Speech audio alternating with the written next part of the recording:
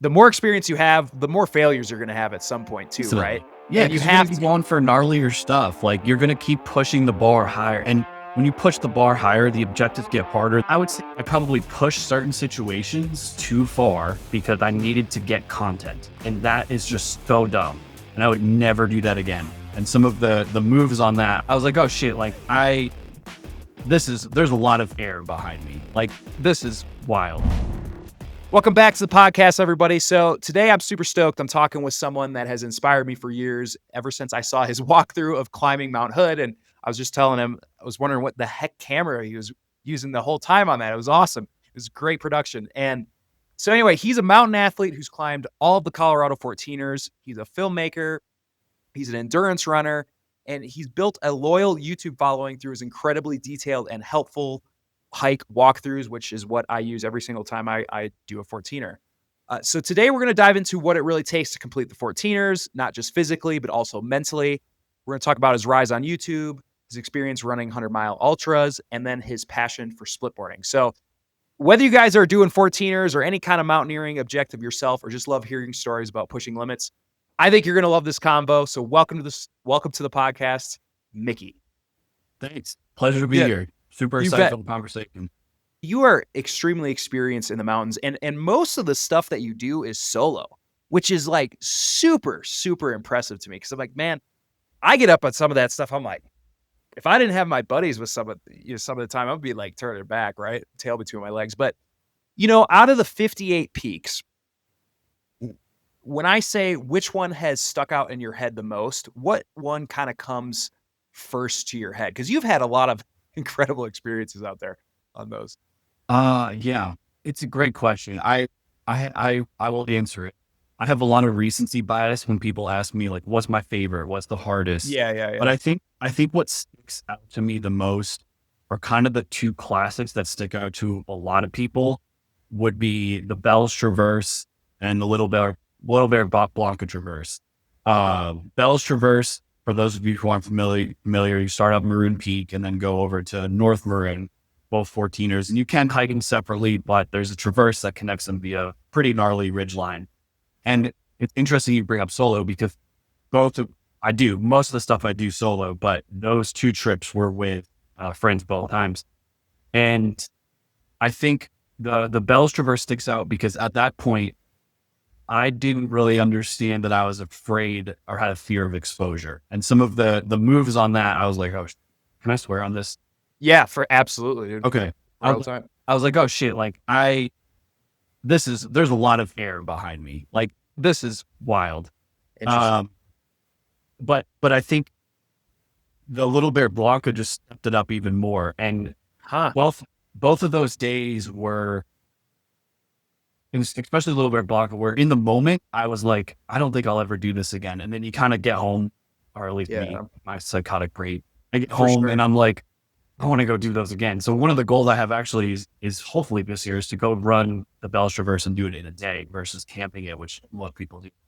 But yeah, those kind of stick out to me in terms of like just memorable days, both of them. So it was mostly because of the like danger aspect and then being out of your comfort zone. Do you feel like? I think for Little Bear Blanca, yes.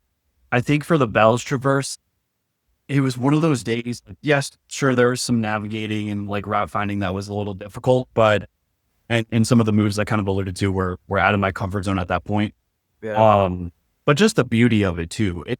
I was actually having this conversation recently, and it's so depressing. And I try really hard in my videos and anytime I'm like taking a picture or whatever to capture the environment, and it's just impossible. Like I know you know that too, and you want to send it to friends and family who, maybe will never do this kind of stuff. But there's this picture I took of the bells.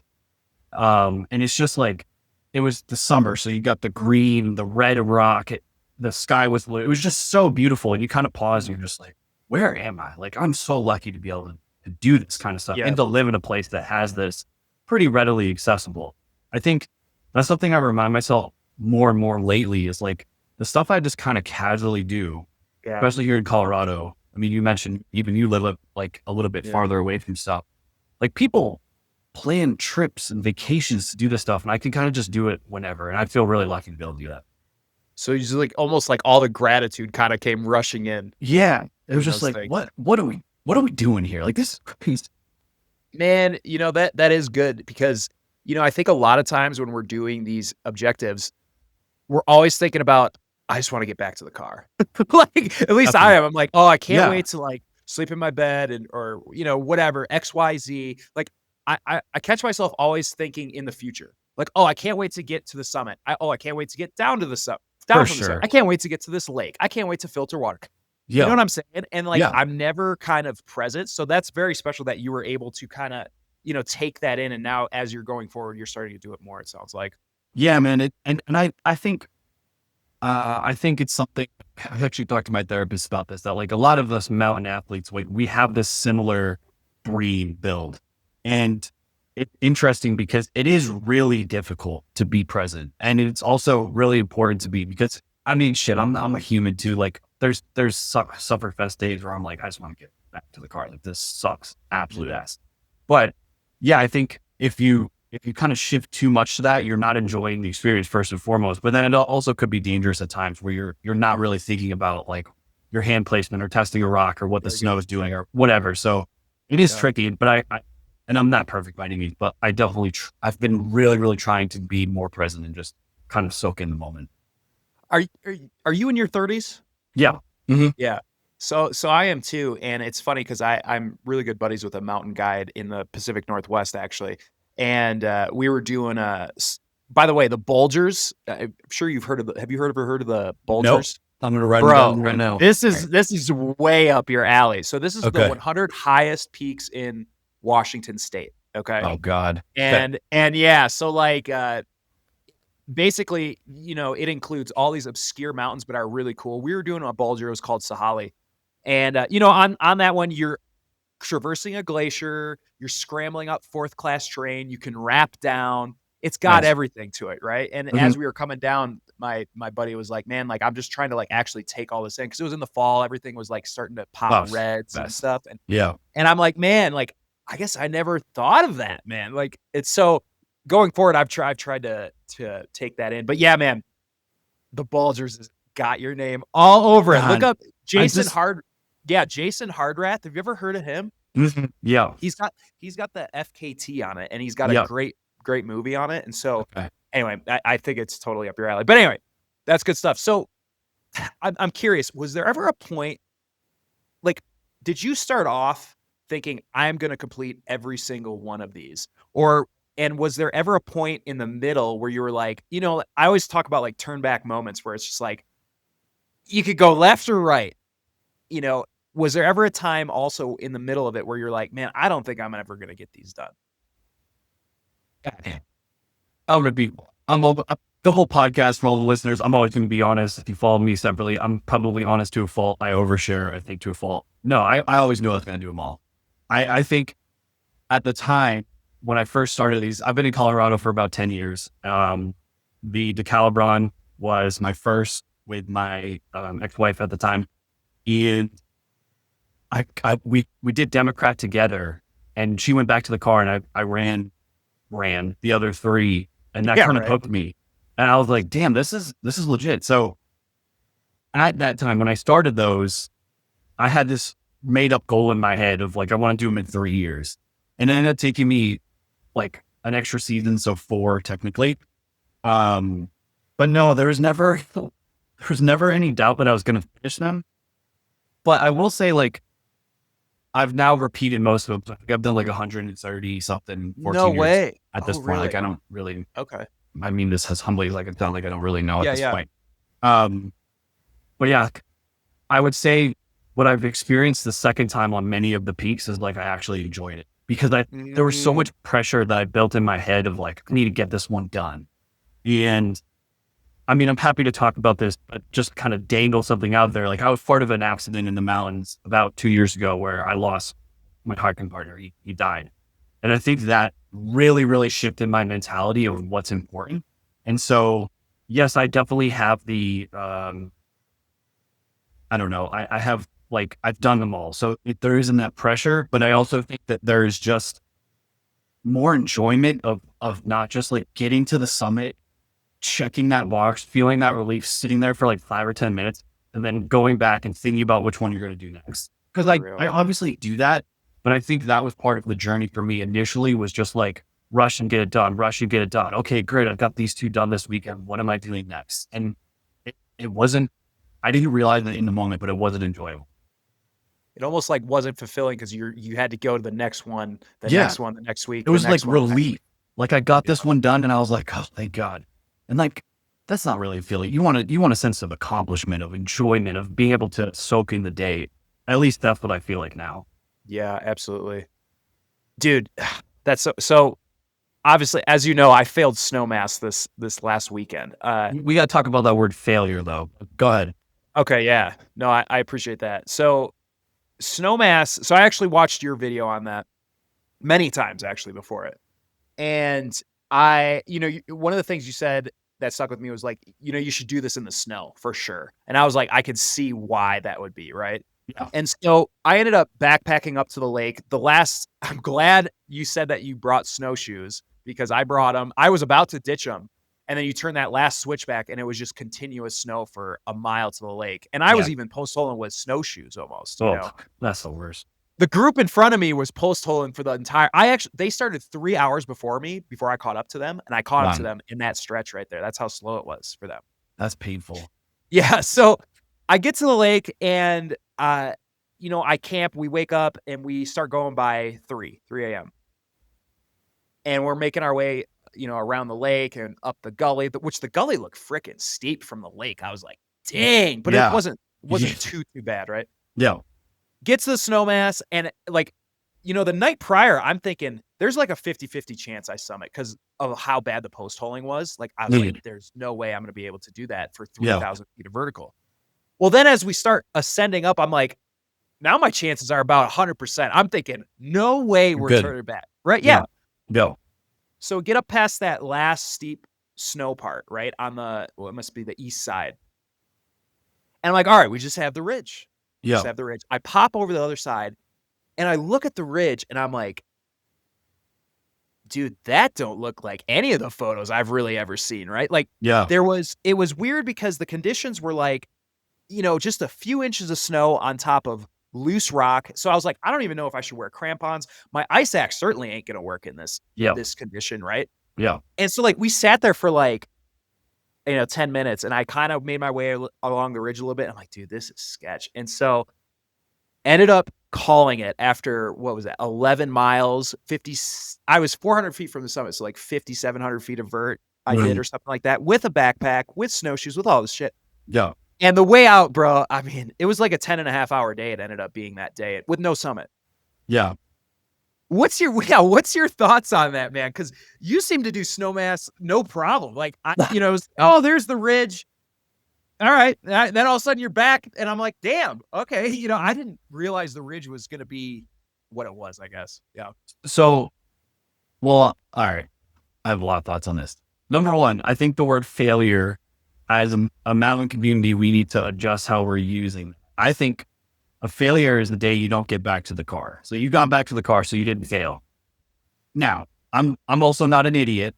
I know that it sucks complete ass to be that close, to be able to see the summit, to look at your watch or whatever and be like, dude, it is right. Like, that's so infuriating. But you made the right call because I think there's always kind of two things that have to be gelling for you to like tag the summit. One, Mother Nature needs to be allowing you to do it that day. I think, oh man, I'm gonna go on this tangent.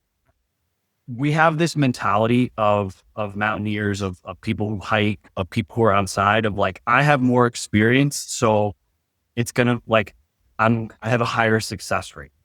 And I would look at it as the alternate sometimes of every day that you're able to tag a summit, you're just lucky. And the luck, like the odds are in your favor that day. Yes, of course, when you have more ability, when you have more experience, like, sure, you're going to have a higher success rate than someone who doesn't have as much as that. But at the end of the day, like there's two things to be aware of, and that's what's going on in the mountain and what's going on here. And so whether that's here or your body's the store or whatever, like you made the right call. In terms of answering your question about Snowmass, it's funny because I did that so long ago that it's one of the mountains I want to refilm because I do think that I probably didn't film it because it was too sketchy. When I climbed Snowmanis, I think it was similar time.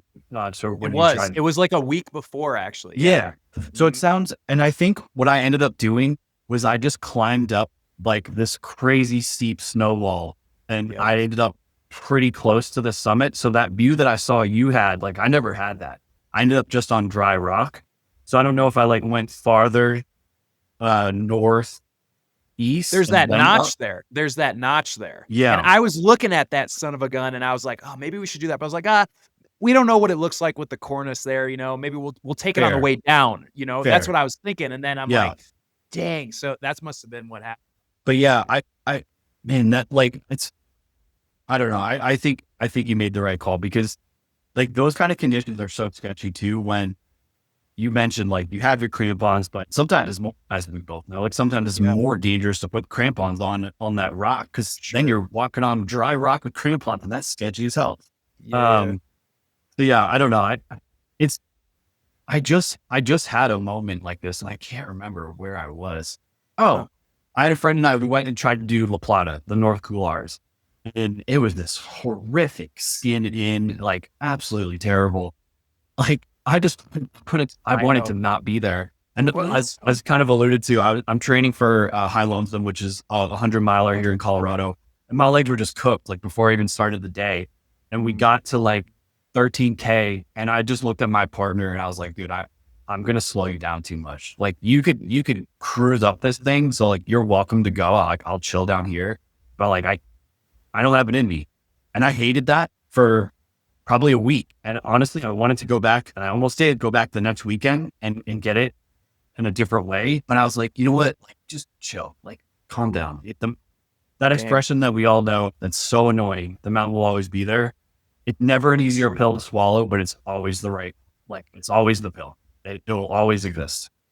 Man, okay, so this is great. Like, I guess a follow-up question to what I wanna to what how you just talked about that was, it sounds like, you've gotten, especially when you first started your 14er journey, like, from there until the end until now, right? Like, how did that whole thing change you, like, physically and mentally? Because from what you're just kind of saying, how you're articulating it right now, like, it's very wise, right? Like, you could tell, like, somebody talking to you would be like, "Oh, he's got, a lot of experience in the mountains," because the more experience you have, the more failures you're gonna have at some point too, right? Instantly. Yeah, And you because you're gonna have be to. going for gnarlier stuff. Like you're gonna keep pushing the bar higher. And when you push the bar higher, the objectives get harder. The mountain conditions are, yeah, Yeah. sorry, I didn't mean to cut you off, but absolutely. Yeah.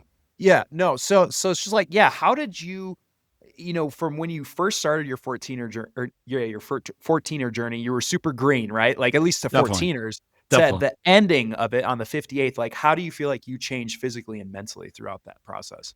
I mean, physically, I have video proof, unfortunately. You can look at myself, and I get people in my comments all the time like, wow, like commenting about my weight and all that. And like, I don't really love that, but it is what it is. But yeah, I think mentally is where the biggest growth has happened for me for sure. Like physically, sure, obviously by default, like I'm running a lot more, I'm going to be in better shape. Like I think on that note, what I struggle with a lot is being relatable to an average person, because I consider myself very average, but someone looks at me, doesn't think that. And so that's probably the nature of living in Colorado, where like everybody just emasculates you. Like there's just literally world-class athletes here. And so Like it's, going to a D1 college for something, dude, man. it's It great. truly Like is. I'm like the towel Wow. guy on the Right. D3 team here. Like Right. I'm barely on the roster at this point. Right. Like, Right. but yeah, in terms of mentally, I think the perspective, like I said, I've really, really, really tried to shift. And I think there's many layers to this. At When I first started doing the 14ers, as I said, I had like that timeline. And then once I started Virtual Sherpa, I had a different pressure that I put here, which was like, I need to put out a video every week.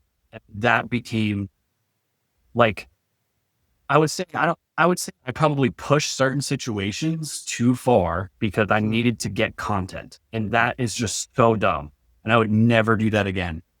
But yeah, I think in terms of mentally, like I've definitely taken that step back of for whatever reason, like I'm not feeling it mentally. My body's not feeling it, or the mountain is giving me signs, whether that's like the weather or the snow or the ridge or whatever. It's not worth it. Like it sucks to hike 11 miles out and 66,000 plus and not get the summit, but better to be able to just have the opportunity to come back again. And I think sometimes you can push too hard, and that's when, I don't want to say it always results in like a fatality, because that's super morbid, but like an injury could happen. And then, you're out for way longer than you thought you would have been. So yeah, I think that's the biggest change, is just like how I view doing things. The other thing that's definitely changed from a mental perspective of like the 14ers in general, when I was working through those, it was like, that's what I was doing. Like that was it. And now it's like, I'm going to do what I want to do. So if it's a 13er or a couloir or chill backcountry day or whatever it is, like not listening to like the voice in my head of like, I need to do another 14er versus just like, what do I want to do this weekend? Like, let's do that instead. Oh my gosh. That's so, dude. 'Cause I think all of us that are very type A and driven, ambitious folks, we gravitate towards lists. And definitely, bro, it's like, right? It's like, I have a list of ongoing list, and like the Bulgers here, I'm going to add that to my ongoing note in my iPhone of like stuff I want to. I'm actually super stoked about that, man. And we could talk offline. I can hook you up with some partners too out there that know that area quite well. Because the North Cascades, in my opinion, is the most underrated national park in the U.S. Hands down. I've never been either. Oh, dude, it's isolated. There's not a lot of people, but it's got glacier. It's incredible. So yeah, dude. But it's like, I have a 14ers scratch off thing over on my wall over here, right? Yeah, I'm sure. Yeah, exactly. A friend gave me the Colorado map of the Centennials. So same. Yeah, literally right there. Just get that little dopamine hit when you scratch one off or check one off. It's like, it's great. And it's like, it's funny you say that, man, because this weekend I'll be home and I'm like, after last week's, unsuccessful summit, I'm sitting here and I'm like, nice word, by the way. I'd be changing. Yeah, I know, right? I changed it. You see that? So I'm like, well, I guess I can go split board up at Medbo. I saw you were over at Medbo. Yeah, and I'm like, dude, I wish I had my split for that. It looks so dope. Dude, it's sick. And so, but at the same time, I'm feeling guilty that I'm not doing a 14er. And I'm like, that is a stupid feeling. That is a stupid feeling. And especially the way you articulated it. Yeah, it just makes, that basically put words to my thoughts but so listen, I also want to say something too. For all this wisdom, quote, air quotes, I don't know if I'm on video or not, air quotes that I have, like, I'm also a human. I still have lists. I still feel failure very hard. The word failure I initially used for La Plata a couple of weeks ago, but I think what I have more so now through a lot of friggin' work is that perspective of like, yes, that sucks. And you can feel that.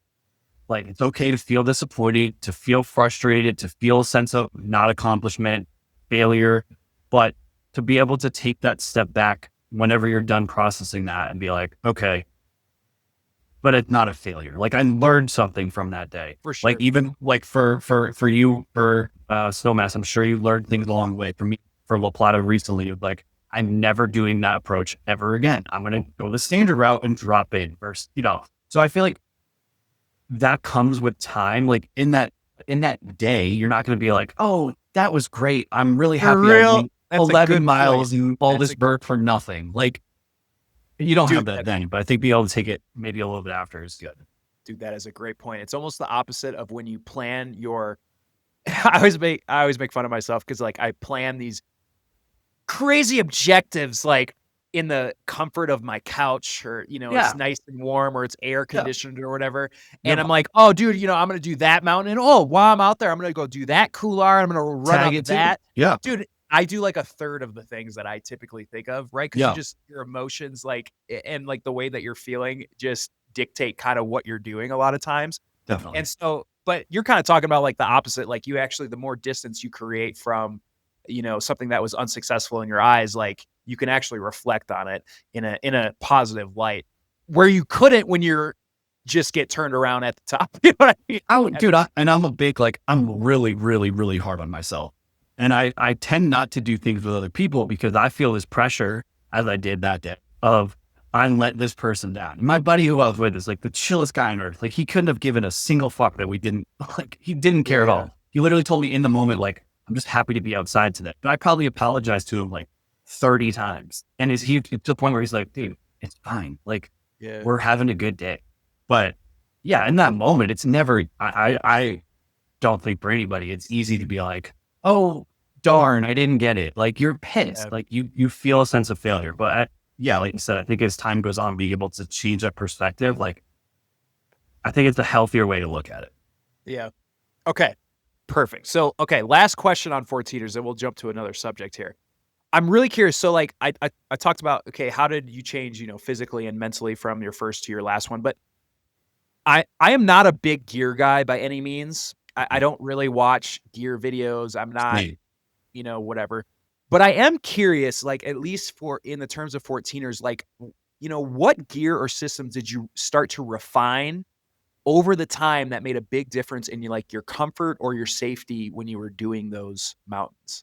Dude, Take a For a limited time, I'm actually offering my free outdoor goals Notion template. I'm actually selling this on Etsy for $8, but I'm offering it free for everybody that's listening to the podcast right now for a limited time. What this is storing all of your information, like your flights, the dates that you're gonna go, your calendar, your beta for the adventure, the partners you're going with. It assembles everything all in one area. There's no more fumbling around with trying to cross-reference notes that you copy and pasted off of a blog on your Word document, but then you also have flights on your phone. It's all gonna be in one place. I like to create all my goals ahead of time, block out all those dates.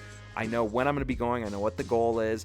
It's templated, so you have all the things that you need to fill out, like permits and everything, in the actual database. No worrying about having to recreate everything. Here's actually a quick review from Etsy from Elizabeth. She said, "This is absolutely perfect, super easy to use, and saved me hours, in all caps, of work. Best purchase I've made in a long time." So that's what we're trying to do for you guys. We're trying to help you out. The only thing that I ask for in return is to sign up for our First Light newsletter, where I share exclusive tips around anything that has to do with being a mountain athlete. Resources that you might not have seen before, videos that are inspiring, all that types of stuff, and I don't bother you with it. It's only about once a month. So for a limited time, grab it now in the show notes below. Back to the episode. the biggest one that comes to mind right away is my footwear. I think I grew up in New Hampshire. So I grew up in a place that most people know absolutely nothing about unless you're from the Northeast. Right. Yeah. And there's a lot of mountains out there. And I grew up kind of doing Boy Scouts to the like, you must wear hiking boots, like mentality. And like, if I have a take, and I don't think it's a hot one by any means, but like hiking boots do not have a place for, in my opinion, when there is no snow on the trail. Like there's zero reason with the level of trail runners we have now that you should be wearing a hiking boot. I know that's maybe for some people who are more inexperienced, it's probably maybe not the best take because their ankles haven't developed the strength that you get over I'm gonna time. snap my ankle, Mick. Yeah, dude. I have a buddy who has glass ankles, so I get it. And mine used to, I need to knock on wood because I'm literally actively training. I don't need an ankle sprain. But but I would say that is the biggest thing because I get home from these days and I'd have these like, I don't need to throw the brand out there, but I'd have these boots on my feet and I would like be crying like to get them off. Like you talk about looking forward to the car. Like that was the reason I was looking forward to the car, just because my feet were in so much pain. And since I've switched to trail runners, that never happens. Like, and I have different pairs. Like I'll have a different pair for more aggressive scrambling versus kind of a walk up.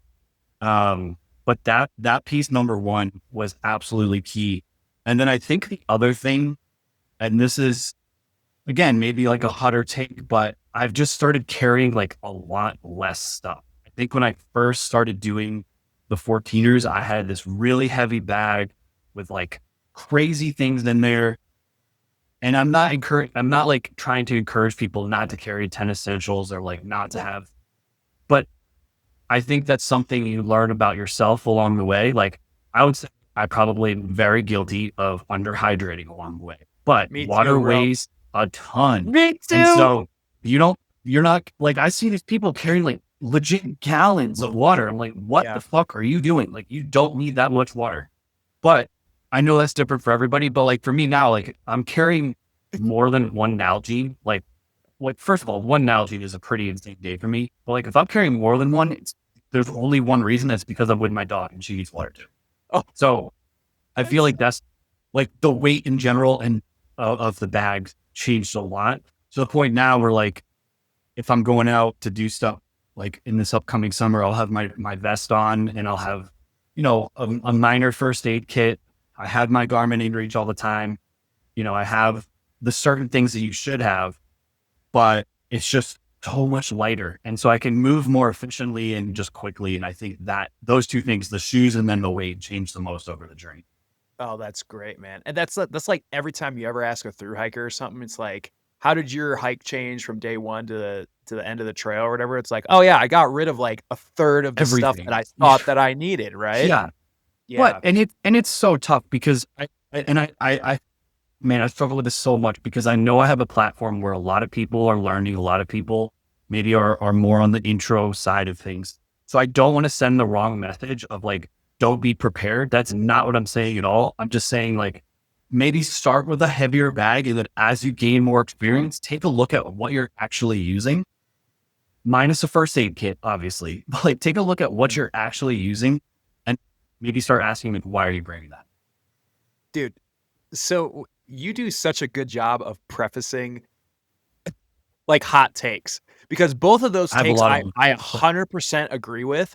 And like a lot of times the way that I'll explain them is I get a lot of heat for the way that I explain them because I'm just very convicted into it. And I won't preface it by saying, like what you just said. I'm not saying like take everything out of your bag. I'm just saying like Oh, over time, like look at what you're using versus what you're not really using, right? but And Chad, go ahead, go yeah. ahead. No, it's just yeah, no, that was kind of the end of it. Dude, we live on the internet. Like we both have people that look at us and they're a topic that maybe we don't get into today, like drones. And I will go out of my way to make literally a video on how to responsibly fly. I talk about but like my point being, you can't make everybody happy. Some people are just set in their ways. So I think I've gotten maybe better about prefacing my hot takes because I think I have accepted some kind of responsibility for other people that are learning. Yeah. But yeah, I mean, sometimes I see people out on the trail. I'm just like, how long are you here for? Like, is this a day hike or a week hike? Like, what are you doing? It's crazy to see it. Oh no, 100%. And what always trips me out, man, is when people are on like a kind of a longer like day hike or something. They don't. It's actually the opposite of what you're talking about. They don't have any. They don't have a pack. And what they do is they just hold their water bottle like this, just walking down the trail for 10 miles. And I'm like, Yep. really? You didn't think of Yeah. a better way to hold your freaking ass water bottle for Yeah. 5 hours on the trail? Yeah. You gotta be Crazy kidding. Tories is notorious for people like that. Oh yeah, yeah, for sure, man. Well, awesome. Well, so okay, so you talked about drones. I have a drone too, which oddly enough, I was just talking to a buddy. We were rock climbing the other day. I was like, I got this drone. It's the one that follows you. I think you have maybe the same one now. Is the DJ? I have a DJI Mavic Mini 4 or something like that. Yeah. I just broke mine in the fall, so I can't remember the model. But yeah, something similar. Yeah. What happened? I'm just rough on gear. I'm rough. Yep. I'm really rough on gear. It's funny you mentioned that because I'm also not a gearhead at all. Like I actually have a buddy yesterday who was asking me like, yo, what do you like? Have you tried these trail runners out? I'm like, dude, I'm a speed go guy. I've been using them for years. Like that's it. I'm sure there's something better, but like once I find something that's like good enough, I stick to it. So, I was flying in, this is so dumb. I was flying down in the San Juans trying to get some B-roll for Gladstone Peak. And I was trying to get like close to the trees for like the foliage. And I just like got too confident in my flying and just smashed it right into a tree. And I found it easily, but it was like in pieces. Trash, huh? Yeah. Oh my gosh. Oh, I was recording, which is kind of cool. I should like put a clip of it out. So it was like that would be cool. ripping into the tree. Oh gosh, dang it, man. Yeah, I broke one too by that doing that too. But so the Mini 4 that I have has got like the obstacle control or whatever now. Yeah. So it'll like bounce it up or whatever, or like Yeah, won't turn that go off into like an things. idiot. Oh, dang. Yeah. So, but anyway, what's interesting is that I've actually used that drone more for, I've gotten into like real estate Mm. photography and stuff with it Yeah, yeah. just in my local area. I'm like, it's actually made me way more money doing that. And I've actually used it way more actually than my hikes, but Hell it yeah. is, It's it is awesome. I such a dig that. great way, to your point of saying like, hey, I can't, it's really hard to show off like what you're seeing when you're up there, and Yeah. pictures and photos can't do it justice. Dude, a drone is that ticket, right? But you can't always fly them at places like a wilderness areas and things Yeah. like that, right? Yep. But man, it places like a wilderness areas and things like that, right? But man, videos are also like concerned about this drone. Like you made a comment in one of your videos one time.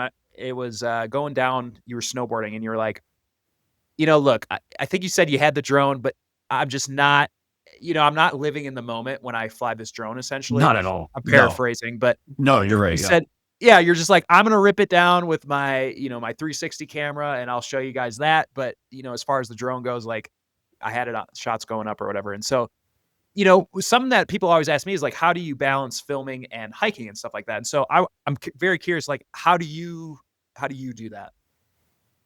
Uh, um, with the drone, if I'm not splitboarding or snowboarding down something, I don't typically have an issue with it, because with like a dry trail, I mean, most of the scrambles I kind of go back and do twice because I'm either doing a drone shot or I'm putting the camera at advance or whatever. So like, even if I'm doing something super technical, if it's like something where I'm like sketched out and I don't want to, like, I don't have to reclimb it, like that's a little different. But for the most part now, like if it's a dry trail, I don't find the drone to be distracting for me in the moment. I really like, I have this like weird brain just generally, but like with filming, that I have a shot in mind before I even like throw the drone in the sky or put the camera out. Like I already know how I want it to look. So Yeah. I will say, if it's taking away from the experience, it's like adjusting the needle or moving the gimbal or like whatever up the shot, because it's not matching what I had in my condenser here. But the times where it does take away is when I'm split boarding down something, because in that case, you can't, I mean, you could, but you're not retracing your steps. Like you're going down once. And I think I've gotten maybe just better at filming, but it, it's definitely like, it's a balance. I think I remember the video. It might've been like Emperor or, something on Tories where I was like, the dropping was just like really aggressive. Like it was this steep dropping.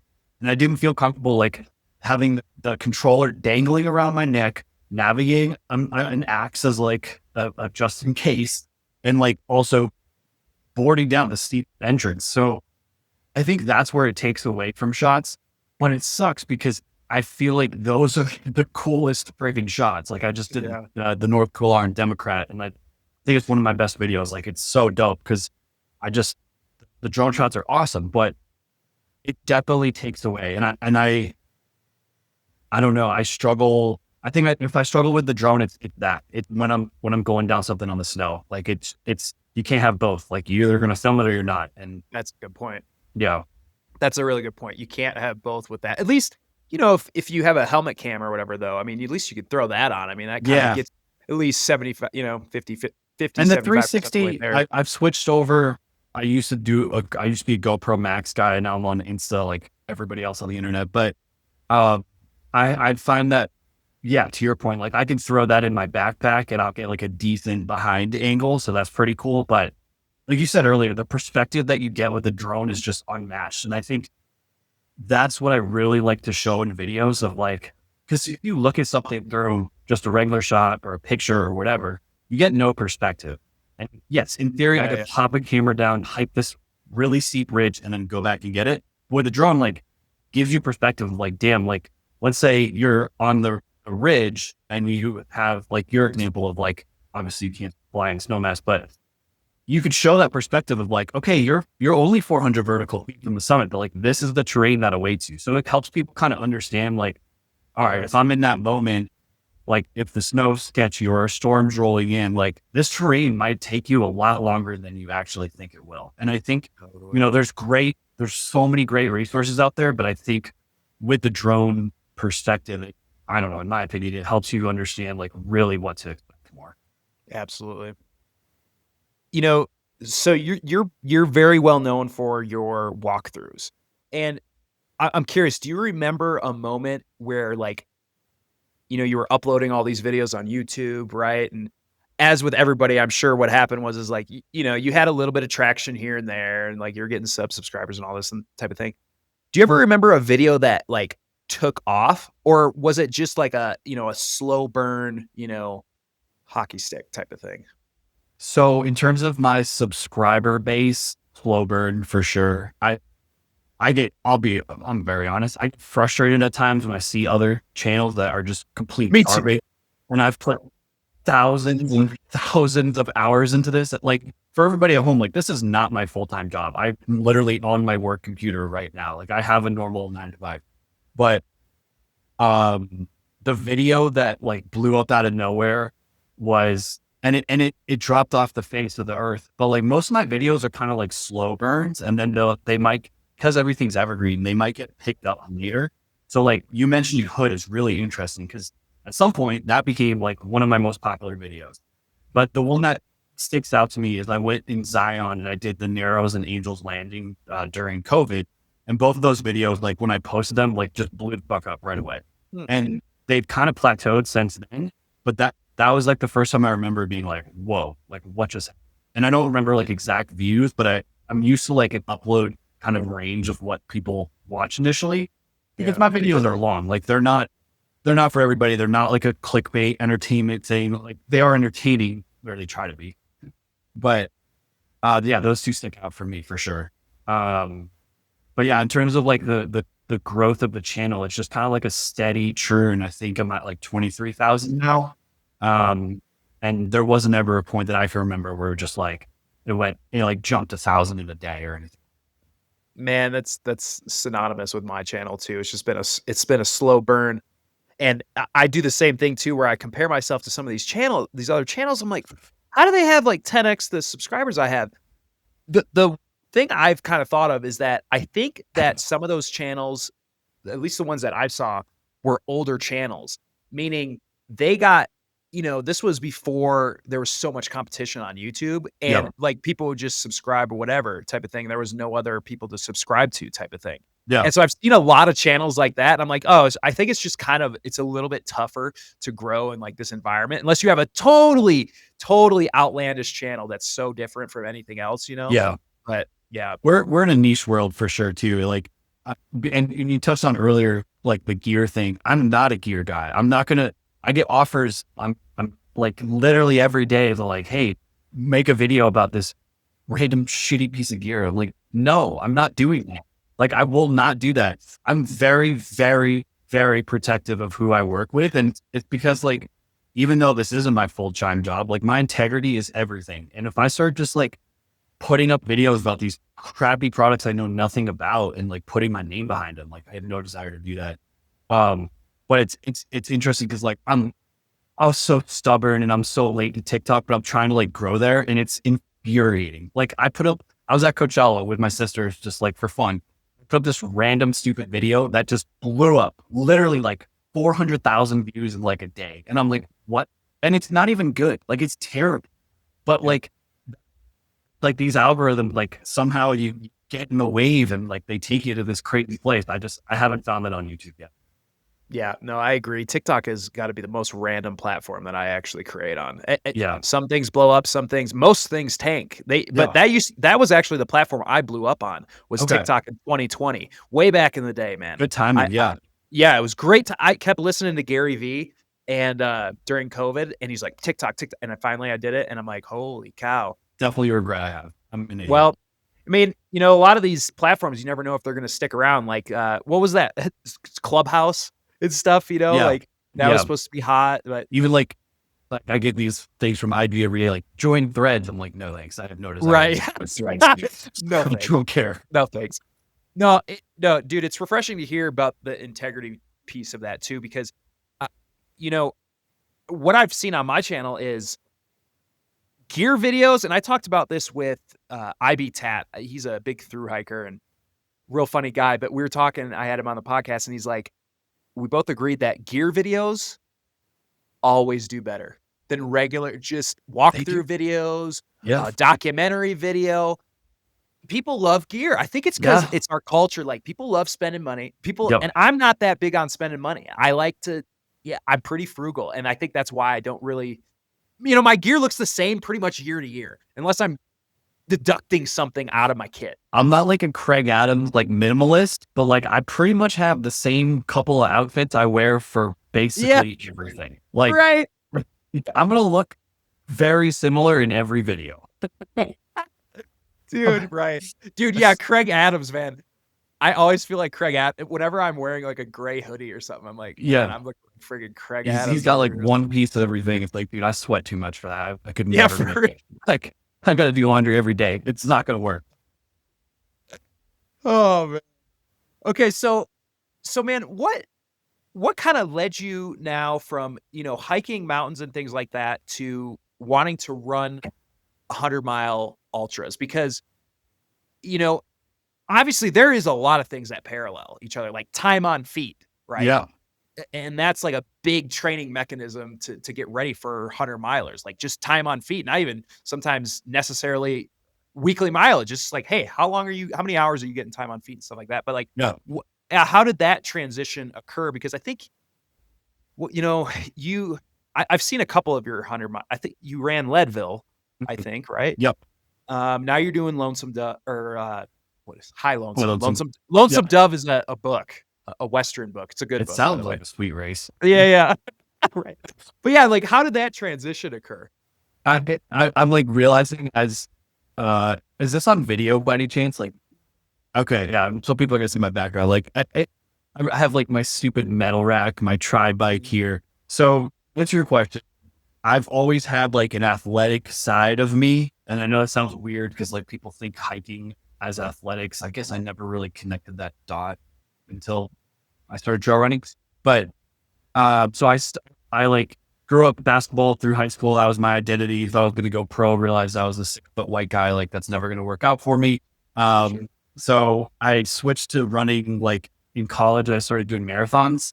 I got into road running, and then just kind of grew from there. Started doing tries. Did an Ironman, and like as weird as this sounds, and it's going to make me sound terrible. I already know, but like I finished the Ironman. I was like, damn, that wasn't really that hard. Like I could do something harder. And so I think I was watching Nick Bear, I think when he did Leadville. Leadville. And I saw the production of it and was like, damn. And I'm not a gym guy. Like I like Nick Bear. I'm not like a Nick Bear stan or like whatever, but I stumbled upon that video. I was like, damn, this is super inspiring. This is really cool. And I followed some people at that time who like were trail running, but just was like, why do people do that? That's so dumb. And then LOL, here I am. Yeah. So yeah, at the time I worked for Lifetime and was lucky enough to get in kind of through that way. And yeah, so I ran Leadville and it was just addicting. And what I like so much about trail running is the amount of terrain you can cover in one day. So like it just opened up everything. Like suddenly 10 miles was like nothing. And you could do a 40, 50, 60 plus mile day. And of course that's not every weekend, but it was like, damn, there's so much more possibilities here. The other thing that I really love about trail running is like just the seclusion of it at times. Like you obviously, if you're running a peak, you're going to run into people, but there's so many times where you're just so far in the middle of nowhere. And it's just like, whoa, this is like bananas. And then, yeah, from like the mental aspect of it, I think like this is a super deep answer, but you really get, as I'm sure you experienced, which 100 did you run? It was one in Oregon. It was the Oregon Cascades 100. Yeah. Okay, nice. That's actually on my list. Oh, sick. which like every fucking thing is. Yeah, yeah. Thanks. But Cross it off. yeah, Go now. I No. just ran the Gorge 100K and that was amazing. That Oh, was sweet. Okay. really, really cool. But anyway, yeah, like I think you really get to look at yourself in the mirror and figure out who you are during 100 because you get to these points where nobody's making you do this. You're actually paying to do it. You could quit at any time that like there's no, and I mean this in like the best way I could possibly say it. Like nobody cares if you do it or not. Like obviously, yes, your loved ones and want to support you, blah, blah, blah, but no one's going to like change their opinion on you if you finish it or not. But it's kind of like a microcosm of life where like you hit these really dark, deep lows and you realize if I keep grinding, if I keep going, like I'm going to feel better. And you find that second or third or 50th win. And I think it's just like, that's addicting to me of like, dude, I don't know, facing that darkness and staring in the face and being like, I'm going through you. Like, I think that's just really cool. holy cow. So okay, that was awesome. So it was kind of like the next step for you, it sounded like. Yes, that was a wicked long answer for saying that. Yes, yeah. thank you. But no, that's awesome. And bro, I totally agree with you. I've always said that if you can trail run mountains, you have a superpower in your back pocket because you can get up and down. Say you're running a 14er, you can get up and down before a storm comes or down the mountain before a storm hits you, or you can do 2 in a day or whatever, while other people are just doing a slow slog up there. Right. Yeah. And so it's super cool, man, to hear that that's how you got into it. But man, so you're addicted to like the highs and the lows and like kind of breaking through and seeing where that low is going to be. Way and then, too much. Yeah. No, I would love to find water. One of my biggest goals in life is to find the middle, but I can't. And sometimes the lows. I don't think guys like you and me are meant for that, man. But I don't think so either. Yeah. Is there any low off the top of your head that kind of comes to mind when you've been running these and like, you were kind of sitting there thinking, man, I am suffering. I don't know if I can get through this, but you eventually did. Yeah. I have 3 moments, all a very similar spot in the race. For Leadville, there's a power line climb that is, I don't know, it's maybe 2,000 feet. It's not super big, but I remember this moment like it was yesterday, and it was almost 5 years ago now, 4 years ago. It's like 3 a.m. I'm climbing this hill with my buddy who's pacing me. And I just kept looking behind and I'm like, I'm the last person. I'm the last, which is hilarious because I actually did finish officially dead last. But at that time I wasn't. Like there was hundreds of people who got cut off after. But in that moment, and it was kind of like foggy. It was dark. Obviously it was dark. It was 3 a.m. And the power lines were buzzing so much. And I was like, dude, I don't want to be here right now. Like I hate this. And that was around mile like 70 or 80. And I've had similar moments. I did run rabbit twice. I did it the first year. I've been still trying to work through this problem where like I just couldn't breathe. And it wasn't like ace thing. It was like I literally could not get air into my lungs and out of my lungs. And so I hit mile 80 at both of these races. And I had plenty to take. Like I could run. My legs felt good, but I couldn't breathe. And it was so scary. I've never been someone with asthma, but I understand that fear of like not being able to take a breath in and out. Like it's scary as hell. So those kind of 2 moments stick out. And with Run Rabbit, both years, I did it again last year. I had a similar problem. I ended up walking, like legit walking 20 plus miles. And when you're used to running, even if you're running like a 15-minute pace or 18 or 20 with whatever, it's a lot faster than walking. And those miles were just the worst.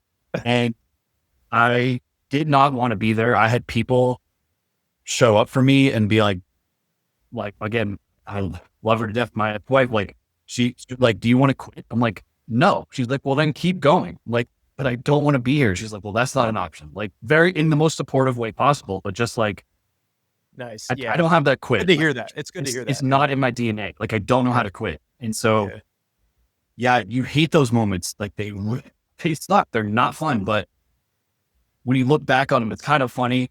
But I'll end my answer with this, which is like, I've said this, I think in all 300s, which are a similar line of like, I'm really bad at this. I'm never doing it again. And then Oh yeah. I find myself signed up for another one.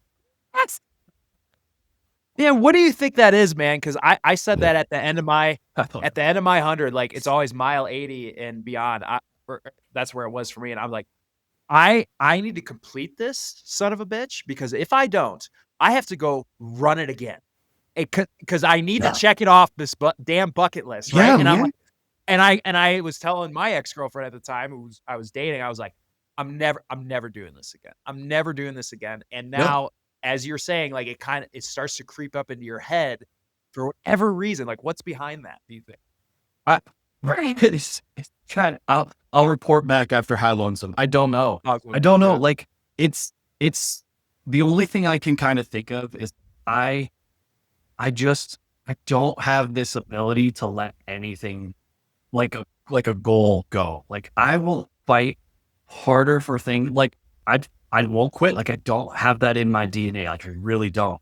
And I think, I think if I maybe started logistically thinking about it, if I'm at mile 80 and I've trained for 6 months, and for the people at home who haven't trained for an ultra or 100, especially, like you lose your whole life. It is so It's a much full-time time. job. It's a full-time job. Dude, it's crazy. Training is worse than the training is by far worse than the race. Absolutely. I'm having a moment to be fully transparent, like in this week, like I'm really struggling. Like I don't want to be training right now. I'm burnt out. I'm exhausted. Like things are busy at work. They're busy at the house, like taking care of the dog, whatever. And it's a grind. So yeah, maybe you start to think about all that and you're like, dude, you only have 20 miles to go. You might as well finish it at this point. Like, but I really don't know. Like I will say with all these hundreds, like I do have like things I'm working towards. High Lonesome was one of them. I haven't finished, so is one of them. Cause it's a lottery system. A lot of these races are so competitive to get into and you have to, to keep running in order to even be able to get into a lottery. So like my end dream goal would be Hard Rock, but yeah, I don't know. At a certain point, I hope that I get to a point with this other perspective I have with the mountains of like, this isn't that important. Like maybe just do 50 milers and those are more fun. Like, I don't know.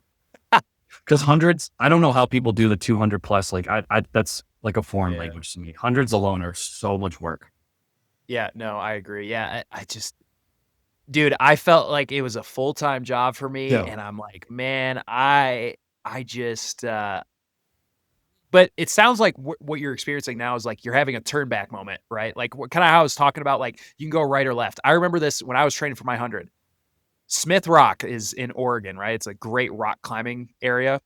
Okay. And I remember I went over there because I wanted to climb with a buddy, do my first sport climb leads. And I wanted to, the next day, I wanted to run a different freaking route that I've been running for a million times in the Valley of Oregon. Yeah. I wake up the Saturday was fun. I was climbing. It was great. I wake up Sunday. It's raining.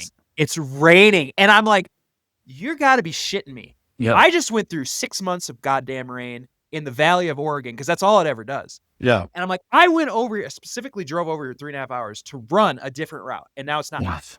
It was a 16-mile base run. And so the whole way I'm just stewing back home, driving 3.5 hours, just pissed through the rain, right? I get home. Yeah. Still fucking raining. And I'm like, I remember sitting on the edge of the bed. Like my hands are in my head. My hands are cradling my head. And my ex-girlfriend comes over to me and she's like, what's wrong? I'm like, I don't want to run.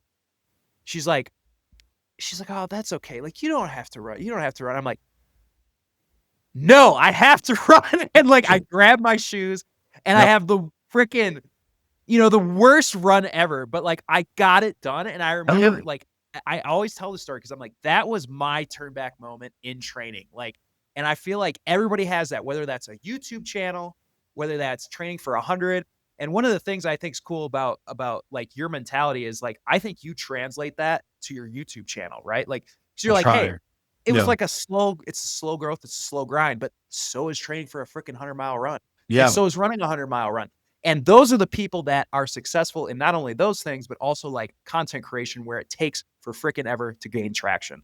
Dude, amen. You put that really well. And I think this is old man yelling at porch or yell, whatever that expression is. I don't even know. Yeah. But yelling at sky. Dude, people want instant gratification. Like they do. And I totally understand that. But I really firmly, like, I just post, this is like me promoting my Instagram, but like I posted this stupid little thing yesterday of like talking about fear and uncomfort. And I really refuse to live a life where I'm going to avoid things because they're uncomfortable or I'm afraid of them. Because I think that's where the most growth happens. So if it's uncomfortable to keep putting out a video every week and have freaking 20 people watch it, or to go on a run in the rain. I had one of those yesterday. I was literally in my truck just staring at the sky like, are you like it was just pissing rain. And I'm soft, like it doesn't rain a lot here. I'm very soft with rain. But anyway, I think that, yeah, like if you can, I don't know, for me at least, when I know I can look back onto these grinds, whether it be 100 or like just doing content for really my own enjoyment for a long time, and like be okay with that and know that, like, you know, you'll get through those hard times. I think it just helps you grow a lot. So I'm proud of you, first of all, for like reaching that work and choosing to keep going, because this is probably a hot take, but I feel like a lot of people in life quit things because it's just uncomfortable. And whether that be an endurance thing or a goal in general, building a business, dating someone who's healthy for you, whatever that thing is, like, I think that a lot of people don't want change. They like being comfortable. And so it's easy to just like kind of put your hands up and be like, whatever. And it's funny because I'm sure your girl or your ex-girlfriend is like a very nice person, whatever. Right. Like I have for High Lonesome, I literally, I'm telling my pacers, yo, I start whining, which I will, and be a little baby. Like, you need to yell at me. Like, I don't want someone to be like, oh, good job. Like, no, get your ass out there. Let's go. Let's finish this thing. Like, dude, that's the kind of people, like, I don't know. It's just the stuff I need at times. So, well, that's fantastic to have the self-awareness to be like, hey, I know I'm feeling good talking to you right now, but like when I start running this and we're doing this in a couple months, like I'm going to be fucking hurting and wanting to quit. I already know that. I'm going to hit the same point we just talked about, probably mile 70. Yeah. I'm going to be a little whiny baby, and I'm going to need people. I pull into an 8 and be like, you have 5 minutes and then you need to get the fuck out of here. I don't care what you're feeling or whatever. Like, go. Right. That's it. Right. Because they know me. Like, in that moment, I'm in a weaker state. I don't want to keep doing it. But like, so I need the support from other people in that moment to remind myself, like, no, this isn't an option. You're going. Like, that's it. Dude, this has been one of my favorite podcast episodes by far. Hell yeah, I've really enjoyed the conversation, man. You've had great questions. And I obviously get fired up about everything, so I appreciate it. Dude, that is the best guests to have, is when you can tell you're super passionate about stuff, very energetic, man. And so I have one last question for you before I want to plug a lot of your stuff. So you've climbed all these 14ers, right? You've ran ultras, you're training for the High Lonesome, right? But you built a YouTube channel. What are like the big personal or, you know, creative challenges you're chasing now after you've kind of done, you know, what some people would consider a lifetime, you know, of achievements in mountains and stuff?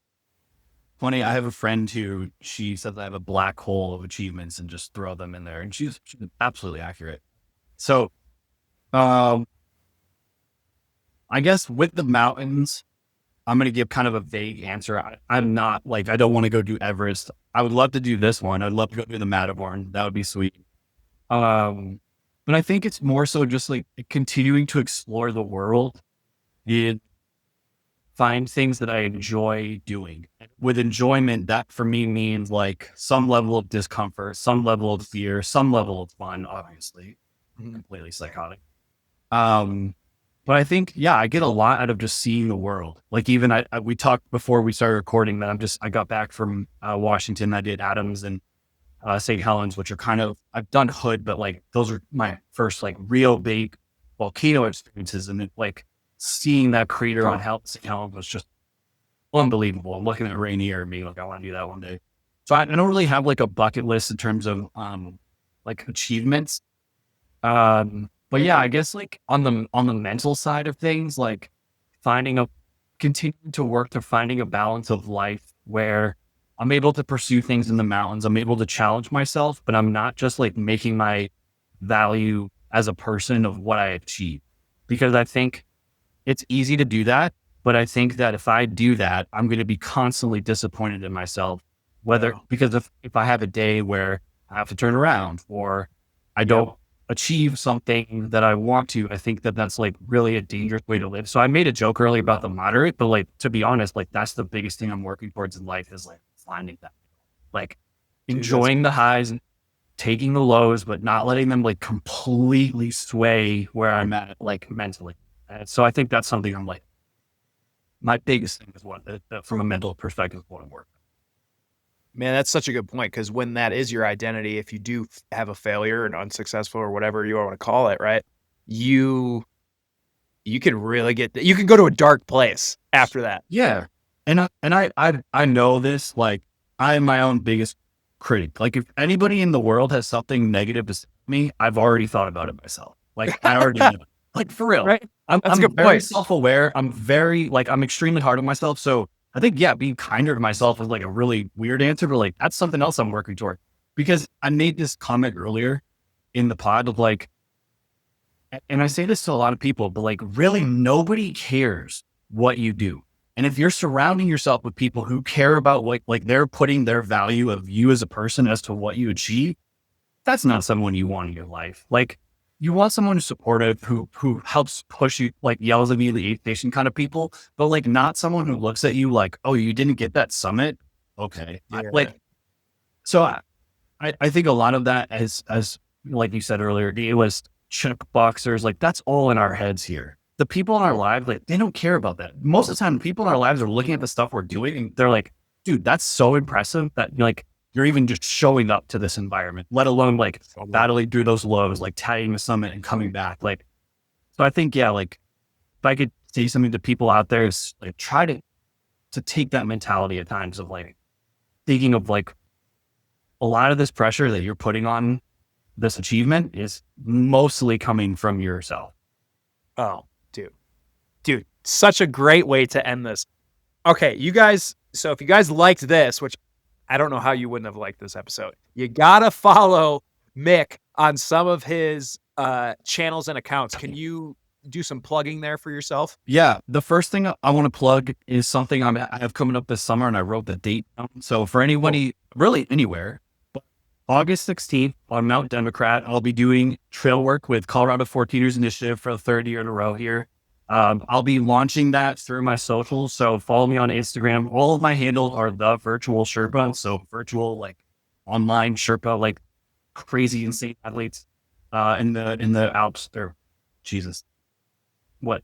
Yeah, what Oh are they my called? God, what's the range there? I can't The remember. Himalayas. Thank you, the Himalayas. Thank you, Yeah. thank you, thank you. So the Virtual Sherpa on YouTube, on Instagram. Like I mentioned, I have a small TikTok I'm trying to build. I do try to vary content across different channels. But anyway, back to the 14ers initiative thing.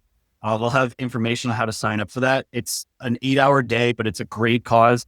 You really get to see how much work it takes to maintain these trails. And CFI has been a great, great group to work with. I have a video on my channel from a couple of years ago showing what it kind of looks like. So yeah, if you're interested or around for that, I would really love to see you out for that. So again, August 16th. Yeah, otherwise that's it. Virtual Sherpa on all other platforms. I try to be as real as this interview. So like what you're hearing here is Yep. pretty much what you're hearing. I'm not one of those people online who is giving you just like, oh, it's all great. Like sometimes I'm ranting to the camera about how much I hate this day or my body or whatever. Like, because listen, we all feel that. I just like to put a voice on it. So yeah, nothing really else to plug beside that. But thank you again for the opportunity to Yeah. talk today. It was awesome. I will say that's probably how I connected with your channel in the first place was the relatability.